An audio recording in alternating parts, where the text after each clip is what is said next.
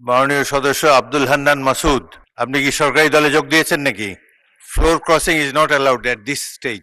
মাননীয় স্পিকার, বৃহত্তর নোয়াখালী তথা নোয়াখালী লক্ষ্মীপুর ফেনী অঞ্চল মেঘনা নদীর তীরবর্তী এবং বঙ্গোপসাগরের কোল ঘেঁষা একটি গুরুত্বপূর্ণ উপকূলীয় অঞ্চল। ভৌগোলিক অবস্থান, সমৃদ্ধ ইতিহাস, সাংস্কৃতিক বৈচিত্র্য কারণে এই অঞ্চলে রয়েছে স্বতন্ত্র মর্যাদা ও পরিচিতি। উল্লেখ্য, বৃহত্তর নোয়াখালীকে বিভাগ ঘোষণা করার দাবিতে 1994 সাল থেকে অদ্যাবধি প্রায় 31 বছর যাবৎ এ অঞ্চলের জনগণ ধারাবাহিকভাবে আন্দোলন করে আসছে। ইতিহাস পর্যালোচনা করলে দেখা যায়, ব্রিটিশ সরকার যখন 1772 সালে মাত্র 18টি জেলা ঘোষণা করে, তখন নোয়াখালী ছিল অন্যতম একটি।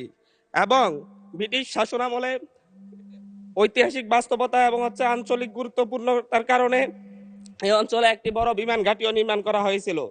এই অঞ্চলে ভুলুয়া নামক নদীবন্দর ছিল দক্ষিণাঞ্চলের সবচাইতে বড় নদীবন্দর।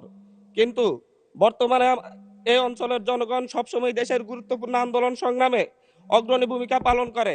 খেলাফত আন্দোলন, ব্রিটিশ বিরোধী আন্দোলন, ভাষা আন্দোলন, মহান মুক্তিযুদ্ধ এবং সাম্প্রতিক গণঅভ্যুত্থান, সব ক্ষেত্রে এই অঞ্চলের মানুষ সম্মুখ সারিতে থেকে আত্মত্যাগের উজ্জ্বল দৃষ্টান্ত স্থাপন করেছে। দুঃখজনক হলেও সত্য, রাজনৈতিক নানা কারণে দীর্ঘদিন ধরে এই অঞ্চলটি উন্নয়ন ও প্রশাসনিক দিক থেকে বঞ্চিত হয়ে আসছে। ফলে এখানকার জনগণ বৈষম্যের শিকার।